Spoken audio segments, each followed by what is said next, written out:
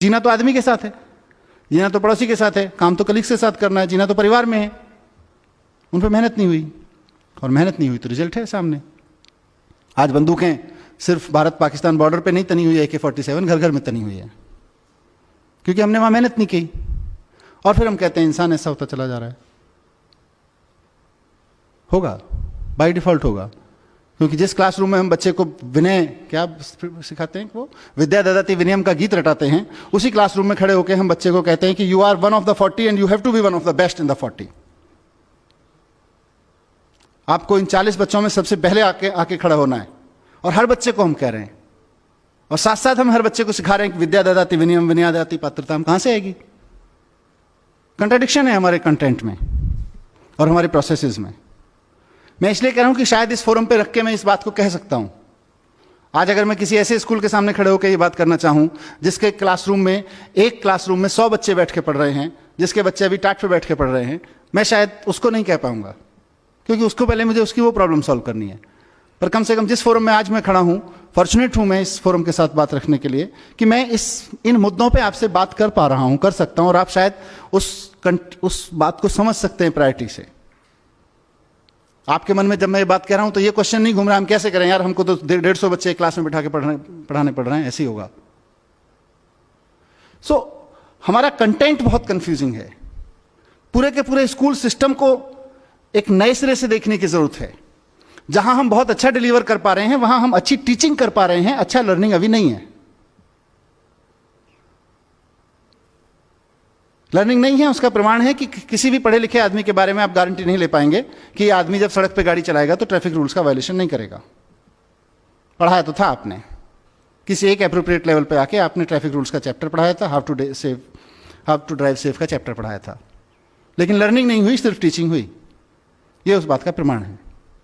Learning हो गई होती तो जिंदगी भर के लिए हो गई होती। 2+2 जिस वक्त आप लर्न करा देते हैं, 90 साल की उम्र में भी आदमी मरेगा तो 5 नहीं बोलेगा, 4 ही बोलेगा, 3.5 पे भी सहमत नहीं होगा, क्योंकि 2+2 आपने लर्न करा दिया। लेकिन ड्राइविंग के रूल्स, सेफ्टी के रूल्स आप लर्न नहीं कराते, आप टीच करते हैं। There is a basic difference between teaching and learning, और वो हम सोसाइटी में देख पा रहे हैं। सोसाइटी इंजीनियर्स मांगती है आपसे एक स्कूल के रूप में, आपसे डॉक्टर्स मांगती है, अच्छे अच्छे प्रोफेशनल्स मांगती है, लेकिन वही society, that's why I said, मैं स्वार्थ के तहत आया हूं आपके पास में, ये मेरा स्वार्थ है। जिस सोसाइटी को मैं रिप्रेजेंट कर रहा हूं, मैं एक बहुत छोटे से हिस्से को उसका रिप्रेजेंट कर रहा हूं, लेकिन एक एजुकेटर से, एक प्रिंसिपल से, एक टीचर से, एक मैनेजमेंट ऑफ एजुकेशन से, एक एजुकेशन मिनिस्टर से अगर मैं इस तरफ आके खड़ा हो जाऊं, ये सोसाइटी वो कंटेंट मांग रही है आज कि साहब हमने 2.5 साल का अपना बच्चा आपको दिया, आपको उसको फिजिक्स पढ़ाना है, फिजिक्स पढ़ाइए, केमिस्ट्री पढ़ाना है, केमिस्ट्री पढ़ाइए, लेकिन जब वापस दें तो एक अच्छा स्किल्ड आदमी भी हो, लेकिन एक आदमी भी अच्छा हो। उसमें अभी हम फेल हैं। क्या कर रहे हैं हम लोग? गीता रटा रहे हैं। अंडरलाइन कर लीजिएगा, गीता पढ़ा नहीं रहे, रटा रहे हैं। हम वैल्यू एजुकेशन पढ़ा रहे हैं, वैल्यू ऑफ एजुकेशन नहीं पढ़ा रहे हैं। वैल्यू एजुकेशन के नाम पर कुछ घटनाएं मेरे साथ घटी हैं। अपने घटना, मैं एक क्लासरूम में गया, वहां मैं संयोग था, गांधी जी ने सफाई के बारे में क्या कहा है ये पढ़ाया जा रहा था। Obviously it was a government school, और उस कमरे में जाले लगे हुए थे। जिन डेस्क पर बच्चे नहीं बैठे हुए थे, उन डेस्क को सुबह किसी ने साफ नहीं किया था, और कमरे की बाकी हालत क्या होगी आप अंदाजा लगा सकते हैं। और हम गांधी जी के 3 चैप्टर पढ़ा के, गांधी जी के 3 सिद्धांत पढ़ा के कि गांधी जी के सफाई के बारे में क्या सिद्धांत थे, उस बच्चे को पासिंग मार्क्स देंगे जब वो कॉपी में लिख देगा, और हम अपनी तीसरी कर लेंगे कि हमने तो सिखा दिया था सफाई, अब हम नहीं आई तो हम क्या करें। हम फॉर्मेलिटी कर रहे हैं पढ़ाने के नाम पे, वहां पे खड़े होके। और ऐसा बहुत सारी चीजों में हो रहा है, कुछ जाने हो रहा है, कुछ अनजाने हो रहा है। हिमांशु जिस दिन मेरे पास आए थे, मैंने इनको अचानक 2-3 उदाहरण दिए थे। कितना कंट्राडिक्शन है हमारे पढ़ाने में कि हम लोग आप सब लोग पढ़ाते हैं, अगर स्कूल में नहीं पढ़ाते हैं तो बच्चे की जिंदगी में कहीं ना कहीं और से आती है। 360 डिग्री देख सकते हैं। सिंड्रेला की कहानी हम सब लोग पढ़ाते हैं, या सिंड्रेला जैसी कोई और कहानी हम सब लोग पढ़ाते हैं। एक लड़की थी, बहुत खूबसूरत थी, उसका अफेयर था राजकुमार से, या वो राजकुमार को चाहती थी, फिर वो सुंदर नहीं रही किसी कारणवश, उसको कोई श्राप मिल गया, जो भी घटना घटी, दुर्घटना घटी, फिर उसके खराब दिन शुरू हो गए, फिर कुछ अच्छी घटना घटी, वापस उसको सुंदरता मिल गई और वापस उसको राजकुमार मिल गया।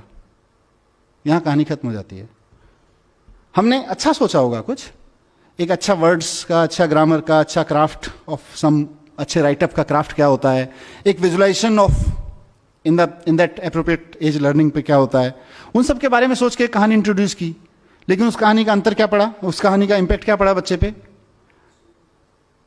उस कहानी का बच्चे पे इंपैक्ट पड़ता है कि इस दुनिया में जीने के लिए सबसे पहली जरूरत है सुंदर दिखना, और सुंदर दिखने के लिए भले ही फेयर एंड लवली लगानी पड़े या किसी के ऊपर तेजाब फेंकना पड़े। आप सोच के देखिए कि आप ही के स्कूल में पढ़ने वाली एक सामान्य सी लड़की, जो मे बी कहीं ऐसे इलाके से या ऐसी परिवार से आती होगी जहां नाक नक्श उतने सुंदर नहीं है जिनको हम अभी सुंदरता की परिभाषा में बैठ के उस कहानी में गढ़ते हैं, उस पर क्या बीतती होगी, उन पर क्या बीतती होगी और माने यहीं से एक बड़ा सोशल डिवाइड शुरू होता चला जाता है। हमने जानबूझ के नहीं किया, ये अनजाने में हो रहा है हमसे, पर इस जैसे कितनी घटनाएं हम नहीं कर रहे हैं। और हम एक हिंदी में विलोम शब्द पढ़ाते हैं। हम विलोम शब्द पढ़ाने में क्या बोलते हैं? स्त्री का उल्टा पुरुष का विलोम, आकाश का विलोम धरती, धरती का उल्टा आकाश, दिन का उल्टा रात, रात का उल्टा दिन। मैं इस फोरम से सारे एजुकेटर्स बैठे हुए हैं, पूछना चाहता हूं कि ये तीनों उदाहरण जो मैंने लिए, धरती का उल्टा आकाश, दिन का उल्टा रात, स्त्री का उल्टा पुरुष, ये एक दूसरे के उल्टे हैं या प्रकृति में एक दूसरे के कॉम्प्लीमेंट्री हैं, एक दूसरे को पूर्ण करते हैं, पूरकता में हैं? अगर नेचर के फाइबर में खड़े होकर देखेंगे, तो फैब्रिक में खड़े होकर देखेंगे तो ये एक दूसरे का ताना बाना है, एक दूसरे को पूरा करते हैं। लेकिन क्योंकि हमको बच्चे को ग्रामर पढ़ानी थी, क्योंकि हमारे पास में शायद विलोम शब्द पढ़ाने के लिए उससे बेटर एग्जाम्पल नहीं था, तो हमने अपने, माफ कीजिएगा मुझे ये कहने के लिए, मूर्खताओं के चलते कुछ उदाहरण बच्चों के सामने रख दिए और वो जिंदगी भर उसके माइंड में लॉक हो गए। नौकर का उल्टा मालिक, मालिक का उल्टा नौकर। अब जिंदगी भर मालिक और नौकर उल्टे बने रहेंगे। आप ब्यूटी देखिए कि मालिक और नौकर तो एक दूसरे के कॉम्प्लीमेंट्री हैं उस सिस्टम में, पर क्या आपके स्कूल में, मेरे स्कूल्स में, मैं एजुकेशन मिनिस्टर हूं, आज मैं खुद जिम्मेदारी के साथ ये बात करना चाहता हूं आपके साथ। दैट्स व्हाई आई सेड कि I am not here just for this lecture. मेरे अंदर कुछ दुख है बहुत सारी चीजों को लेकर, कुछ पीड़ा है, दुख का मतलब पीड़ा है।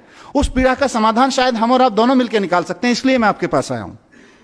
मैं सिर्फ यहां हिमांशु भाई या डिंगरा साहब के कहने पे एक आधा घंटे आपसे बात करके लेक्चर देके जाने के लिए नहीं आया हूं। मैं शायद एक नई शुरुआत करने के लिए आया हूं इस देश के पैन इंडिया फैले हुए एजुकेटर्स के साथ में। क्या हमारे स्कूल्स में कहीं कॉम्प्लीमेंट्री को समझने का कोई चैप्टर है, ताकि बच्चा ये जान सके कि ये तो सब एक दूसरे का कॉम्प्लीमेंट्री है? How beautiful. अगर मेरे मन में ये भावना आ जाए कि मैं जिस कंपनी में काम करता हूं, मैं नौकरी करता हूं, तो मेरा मालिक मेरे कॉम्प्लीमेंट्री है, और मालिक के मन में, और मैं किसी कंपनी का मालिक हूं, तो मेरे मन में ये भाव आ जाए कि ये जो नौकर है, नौकर मीन्स सामान्य शब्द में यूज कर रहा हूं, एम्प्लॉय है, ये मेरा कॉम्प्लीमेंट, ये मुझे कॉम्प्लीमेंट करता है, इसके बिना मेरे कंपनी का अस्तित्व नहीं है, मेरे बिना मालिक का अस्तित्व नहीं है। मेरे अंदर एक नई तरह का कॉन्फिडेंस आएगा, एक अलग तरह की एरोगेंस खत्म हो जाएगी, इंटरपर्सनल बिहेवियर चेंज हो जाएंगे, स्त्री और पुरुष के बिहेवियर चेंज हो जाएंगे। जिंदगी भर उल्टा लगा रहता है। उसके बाद जब पत्रकार बनता है, सबसे पहले 12th का रिजल्ट आने के बाद लिखता है लड़कियों ने बाजी मारी। अरे कंपटीशन कराया था क्या लड़कियां लड़कियों के बीच में? हम एक अनवांटेड एनिमिटी पैदा कर रहे हैं। कुछ कॉम्प्लीमेंट्री सेंसेस हैं समाज में, सब पूरकता में चल रहा है। प्रकृति में तो बहुत कुछ इतना कॉम्प्लीमेंट्री है एक दूसरे का। मैं इसीलिए कहा कि एक पेरेंट के रूप में मैं देखता हूं। मैं अपने बच्चे के साथ एक दिन मार्केट में जा रहा था। हिमांशु टाइम है थोड़ा सा 10 मिनट। मैं अपने बच्चे के साथ जा रहा था और उसको कहीं, मैं किसी स्कूल को ब्लेम नहीं करता, पर कहीं से आया कि ये सड़क पे बैठे हुए लोग तो I mean they are disgusting. उसने मुझे कुछ ऐसा, he was 6 years old that time, तो he said something, I mean not nasty but something negative about it. मुझे लगा ये क्या हो रहा है। वो किनारे भुट्टा वाला बैठा हुआ था और उसने उसके बारे में कुछ कहा कि ये तो सब एंक्रोच करके बैठ जाते हैं टाइप का कुछ बोला। ठीक है, I am not supporting encroachment, but उस बंदे के प्रति अगर मेरे बेटे के मन में हीन भावना है, क्योंकि हम कॉम्प्लीमेंट्री सेंस पे बात नहीं कर रहे हैं। मैंने अपने बेटे से थोड़ी सी एक्सरसाइज की, मैंने उससे पूछा बेटा भुट्टा खाते हो? हाँ जी। कब कब खाते हो? Whenever. Whenever means on what frequency? Almost twice thrice a week, sometimes daily also. भुट्टा कहाँ से मिलता है? फॉर्चुनेटली मैं दिल्ली से 50 किलोमीटर दूर मेरा गांव है, जहाँ मेरे परिवार के खेत हैं, वहाँ पे भुट्टा भी होता है। उसको ये पता था भुट्टा तो गांव से मिलता है। तो कब जाते हो गांव? 2-3 महीने में एक बार जाते हैं। तो अगर गांव से ही भुट्टा खाना पड़े तो कितना समय लगेगा भुट्टा मिलने में? कितनी बार भुट्टा खा सकते हो एक साल में? 1 बार, ज़्यादा से ज़्यादा 2 बार। लेकिन दिन में अगर हफ्ते में 2 बार खा लेते हो तो किसकी वजह से खा लेते हो? ये तो भुट्टे वाले भैया की वजह से खा लेते हैं। इंपॉर्टेंट है ये रिलेशनशिप पहचानना, ये रिलेशनशिप पहचानना इंपॉर्टेंट है। नेचर के, ये तो व्यक्तियों के साथ हमने रिलेशनशिप पहचान, कितना कॉम्प्लीमेंट्री फैब्रिक है, इसको हमने बात नहीं करते हैं। और हमारे पास कोई उदाहरण नहीं है, कोई चैप्टर्स नहीं है, कोई थ्योरीज नहीं है इस सबको बात करने की। नेचर के साथ ताने बाने को पहचानने की थ्योरीज नहीं है। आज हम बड़े शान से कहते हैं पेट्रोल की कीमत 50 रुपए लीटर, 60 रुपए लीटर। ये पेट्रोल कहाँ से आता है? ये ऐसी चीजें हैं जो मैंने की हैं, बच्चों के साथ डिस्कशंस किए हैं, जिनका जिक्र हिमांशु कर रहे हैं। मैं बच्चों के साथ जाता हूं तो इन सब पे बात करता हूं। पेट्रोल की कीमत 50 रुपए लीटर। पेट्रोल कहां से आता है? आपने रटा रखा है ठीक से, वहां गल्फ कंट्रीज में कुएं हैं, असम में कुएं हैं, वहां कुएं हैं, वहां से निकल के आता है। उसमें कितना जाता है 50 रुपए में से? कुछ नहीं जाता। फिर ये 50 रुपए किस लिए है? इसका तो पता नहीं। तो क्या कर रहे हैं हम? बस हम उसको रटा रहे हैं, 50 रुपए की में पेट्रोल आ जाता है, और उसके बाद जितना बड़े बाप का बेटा उतना पेट्रोल फूंकने का अधिकारी। फर्क नहीं पड़ता है क्या फर्क पड़ रहा है, कितना पेट्रोल फूंक रहे हैं। मेरे पिताजी ने रिश्वत लेके पैसे कमा लिए, उसके बाद मैं कितना ही पेट्रोल फूंक सकता हूं। लेकिन अगर उस एज में हमने बच्चे को यह सिखा दिया कि इस धरती के सारे इंसानों की हैसियत नहीं है मिलके कि पेट्रोल की एक बूंद बना सकें। धरती के अंदर कई हजार साल की केमिकल, सोशल, अलग अलग तरह की प्रोसेसेस के बाद में एक पेट्रोल की बूंद तैयार होती है। उसको धरती से निकाल के मेरी गाड़ी तक लाने में, रिफाइन करने में कुछ लोग लगते हैं, उनका घर चल सके इसके लिए मैं 50 रुपए देता हूं। ऐसा ही है ना? तो उसको अचानक अपने 50 रुपए की कीमत भी समझ में आ जाएगी, कहां जा रहा है ये भी समझ में आ जाएगा, और पेट्रोल भी समझ में आ जाएगा। लेकिन हम नेचुरल वे में जैसा है वैसे के तरीके से बात नहीं कर पा रहे हैं अपने क्लासरूम्स में। ये मेरी एक पीड़ा है जो मैं आपके सामने रखना चाहता था, जो मैं चाहता हूं कि हम सब इस पे ध्यान दें। बहुत सारे ऐसे काम हम कर रहे हैं। एक और उदाहरण मेरे मन में आता है, मैंने अपने बच्चे की किताब से देखा। उसके बच्चे की किताब में किसी जगह आया, एक शब्द था जेंटलमैन। अब जेंटलमैन के ऊपर एक तस्वीर बना दी गई, अर्ली चाइल्डहुड एज, बहुत ही सूटेड बुटेड सा आदमी, एकदम ऐसे खड़ा हुआ, बैग लेके, टाई लगा के। अब क्या हो गया? उस बच्चे को समझ में आ गया कि जेंटलमैन तो ऐसा होता है, क्योंकि जिस एज में आप उसको ये जेंटलमैन सिखाने की कोशिश कर रहे हैं उसमें उसकी पिक्चोरियल अंडरस्टैंडिंग ज्यादा है, लर्निंग लेवल थ्रू पिक्चर्स ज्यादा है, पर वो उतना नहीं सीख रहा है जितना आप सिखाने की कोशिश कर रहे हैं। वो 360 डिग्री सीख रहा है, और ये हमको स्वीकार नहीं है कि बच्चा 360 डिग्री सीख सकता है। हमको लग रहा है बच्चा तो उतना ही सीखेगा जितना हम सिखाएंगे जी फॉर जेंटलमैन। लेकिन बच्चा तो उस पिक्चर को देख के एक इमेज बना रहा है और जिंदगी भर के लिए कैद करके रख रहा है। उसके बाद उस बच्चे का फादर अगर किसान है, जिंदगी भर अपने पापा को किसान नहीं मान सकता, जेंटलमैन नहीं मान सकता है। अगर उस बच्चे के पापा कोई ऐसा काम करते हैं जो सूट टाई वाई लगाने का काम नहीं है, जिसमें प्रोफेशन में, जिंदगी भर नहीं मान सकता है। और मैं यहीं की बात कर लेता हूं, हमने सब ने वो पढ़ा हुआ है। यहीं मैं 4 लोग खड़े कर देता हूं और आपसे उस कोने में खड़े होकर बात करता हूं कि वो जो फलाने सज्जन खड़े हैं ना, कौन से वाले, the yellow shirt, no, the gentleman kind of person. हम किसको मार्क करेंगे आप बता दीजिए? अगर एक आदमी टाई वाला हुआ तो हम इस कमरे में बैठे हुए लोग, पढ़ने वाले नहीं, पढ़ाने वाले लोग, क्या हमारे माइंड में तुरंत क्लिक नहीं कर जाएगा कि हम किसके बारे में बात कर रहे हैं? जिस आदमी एक कुर्ता पजामा में खड़ा हो, एक बिना सूट बूट में ऐसे ढिंगरा साहब की तरह खड़ा हो, एक भाई साहब की तरह खड़ा हो टाई लगा के, और आप उस कोने में खड़े हो। I am talking about the gentleman kind of person. And believe me, how many of them in this room will not accept, will not point out exactly the person I am talking about. So, ये क्या कर रहे हैं हम? कहां से आए हमारे अंदर? हमको भी किसी ने जेंटलमैन की पिक्चर दिखा दी होगी किसी समय, नोइंगली और अननोइंगली। सो मैं आप सब लोगों का ध्यान इस तरफ दिलाना चाहता हूं कि हमारे पास जो बच्चा आ रहा है वो 360 डिग्री सीख रहा है। आज से 50 साल पहले पढ़ाने का तरीका आपका जो भी था वो बहुत अच्छा था, क्योंकि बच्चे के पास में इंफॉर्मेशन का सिर्फ दो ही जरिया थे, स्कूल और पेरेंट्स। अनफॉर्चुनेटली पेरेंट्स के पास में इंफॉर्मेशन बहुत कम होती थी as compare to school and teacher. Teacher का इंफॉर्मेशन का, नॉलेज का लेवल कहीं ज्यादा हाई होता था, पेरेंट्स का comparatively and generally, specific cases की मैं बात नहीं कर रहा, कम होता था। उस वक्त आपने जो डिजाइन किया एजुकेशन का सिस्टम बहुत अच्छा था। आज की तारीख में बच्चे के हाथ में मोबाइल है, वो बच्चा अपने पेरेंट्स से ज्यादा जानता है, आप अपनी तो छोड़ दीजिए। वो दुनिया के इतने लोगों से अपने फोन पे बैठ के बात कर सकता है, इतने लोगों से कॉम्पीट कर सकता है, किस किस तरह के कॉम्पिटिशन में हिस्सा ले सकता है, आप अज्यूम नहीं कर पाएंगे। हम उस बच्चे को पढ़ा रहे हैं। आज हम उस बच्चे को नहीं पढ़ा रहे जिसका इंफॉर्मेशन के लेवल पे सिर्फ दो ही सोर्स थे, और क्रेडिबिलिटी के नाम पर एक ही सोर्स था, टीचर। मदर फादर कभी भी किसी बच्चे के लिए क्रेडिबल सोर्स ऑफ इंफॉर्मेशन नहीं हुए थे, आज भी नहीं है। लेकिन अनफॉर्चुनेटली और फॉर्चुनेटली टेक्नोलॉजी यहां पहुंच गई है कि उस बच्चे के पास इतने सोर्स ऑफ इंफॉर्मेशन है कि टीचर्स के सारे कलेक्टिव सोर्स ऑफ इंफॉर्मेशन कम पड़ गए। स्कूल का हमारे सारे कैरिकुलम कम पड़ गया है उसके सामने। We have to shape up a mind which is being affected, which is being, let me use this word, which is being attacked day and night through every corner. 100 TV channels,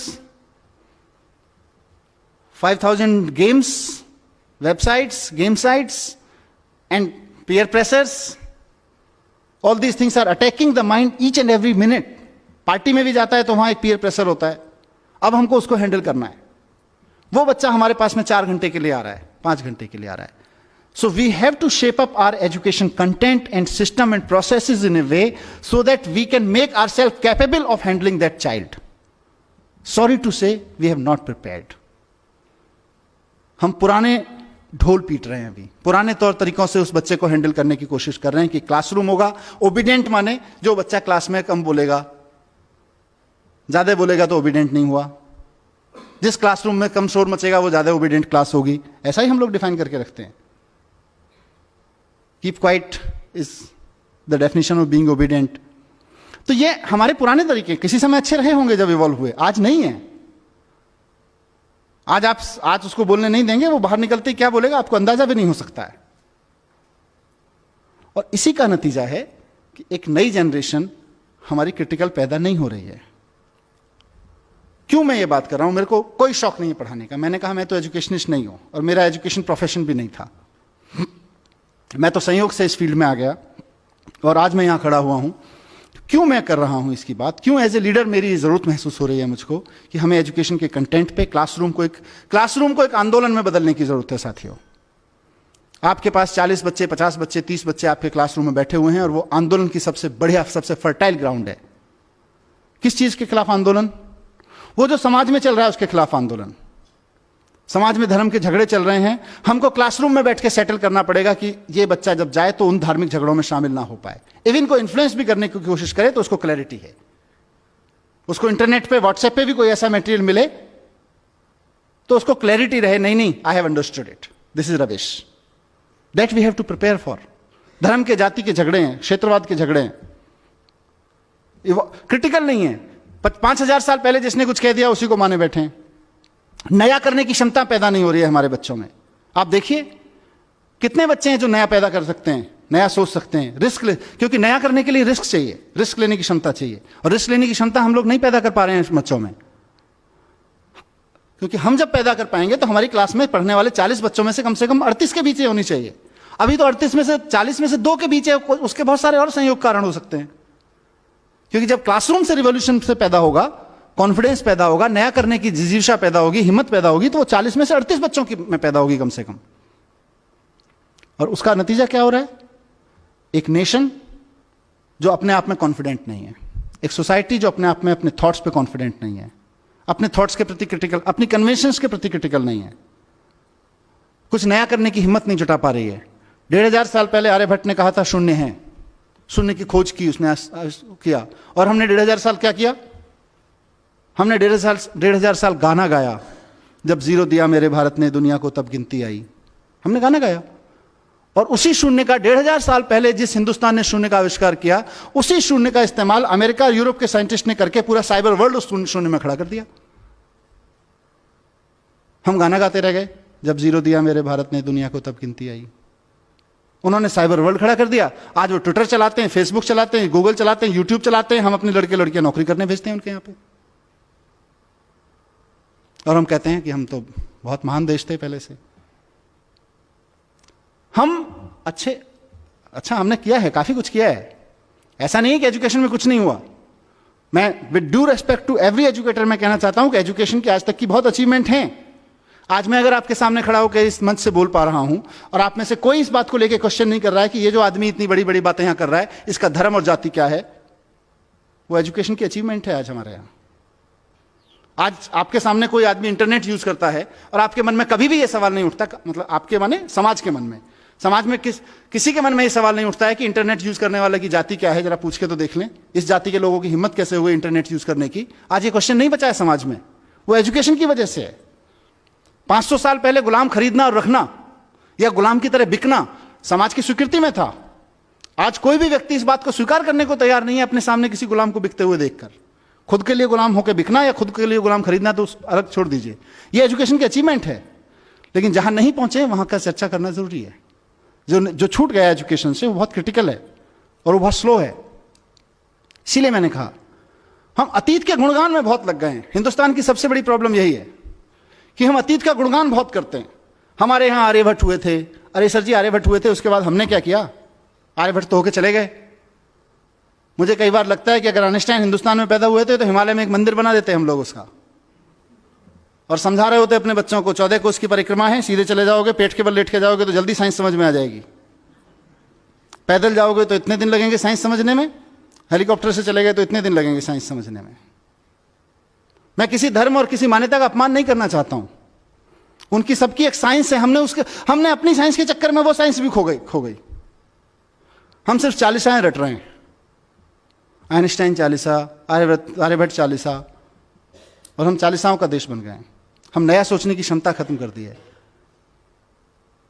तो मैं इस सभा के माध्यम से, जैसा मैंने शुरू में कहा कि एक बहुत बड़ा स्वार्थ मुझे यहां पे खींच के लाया है, और मेरा वो स्वार्थ है साथियों, मेरा एक सपना है कि इस देश की पॉलिटिक्स में एजुकेशन एक बड़ा मुद्दा बने। इस देश की सोच में एजुकेशन एक बड़ा मुद्दा बने। मैं एक ऐसे दिन का सपना देख रहा हूं कि हमने बड़े बड़े तरह के इलेक्शन देखे हैं। हम आ गए तो गरीबी हटा देंगे, हम हटा गए तो हिंदुओं को राज दे देंगे, हम आ गए तो मुसलमानों को राज दे देंगे, हम आ गए तो सिख इनका ये कर देंगे, उनका ये कर देंगे। हमने अलग अलग तरीके के अलग अलग रीजनल विज़ावी नेशनल इलेक्शंस में अलग अलग मुद्दे देखे हैं। मैं चाहता हूं कि इस देश में इस बात पर डिबेट हो और पॉलिटिकल पार्टीज आके खड़ी हों और कहें कि अगर हम आ गए तो हम एजुकेशन को यहां लाके खड़ा करेंगे, उस पर इलेक्शन लड़े जाएं। गलत सपना तो नहीं देख रहा जी? इस सपने को मैं अकेला नहीं सच कर सकता। इस सपने को मैं आप जैसे लोगों के साथ मिलकर सच कर सकता हूं। इस सपने को सच करने के लिए मुझे क्या मतलब, हमें एज ए नेशन हम लोगों को एक बहुत बड़ी डिबेट की जरूरत पड़ेगी, बहुत बड़े डिस्कोर्स की जरूरत पड़ेगी। जो अलग अलग डिस्कोर्सेज में उलझे हुए लोग हैं, फंसे हुए लोग हैं, उनको सबको लाके इस प्लेटफॉर्म पे, इस पैराडाइम पे लाके खड़ा करने की जरूरत पड़ेगी। आइए बाद में बात कर लेंगे तुम्हारे धर्म के झगड़ों के बारे में, आइए पहले एजुकेशन के बारे में बात करते हैं। बाद में बात कर लेंगे तुम्हारे फालतू के झगड़ों के बारे में, आइए पहले एजुकेशन के बारे में। एजुकेशन के कंटेंट से लेके उसके पर्पस तक पे बात करनी पड़ेगी। उस सब के लिए एक बड़े एजुकेशन रेवोल्यूशन, एक बड़े एजुकेशन के आंदोलन की जरूरत है, जो क्लासरूम में भी चलेगा। क्योंकि सबसे बढ़िया चीज इसमें यह है कि आपके पास में जंतर मंतर सजा हुआ है।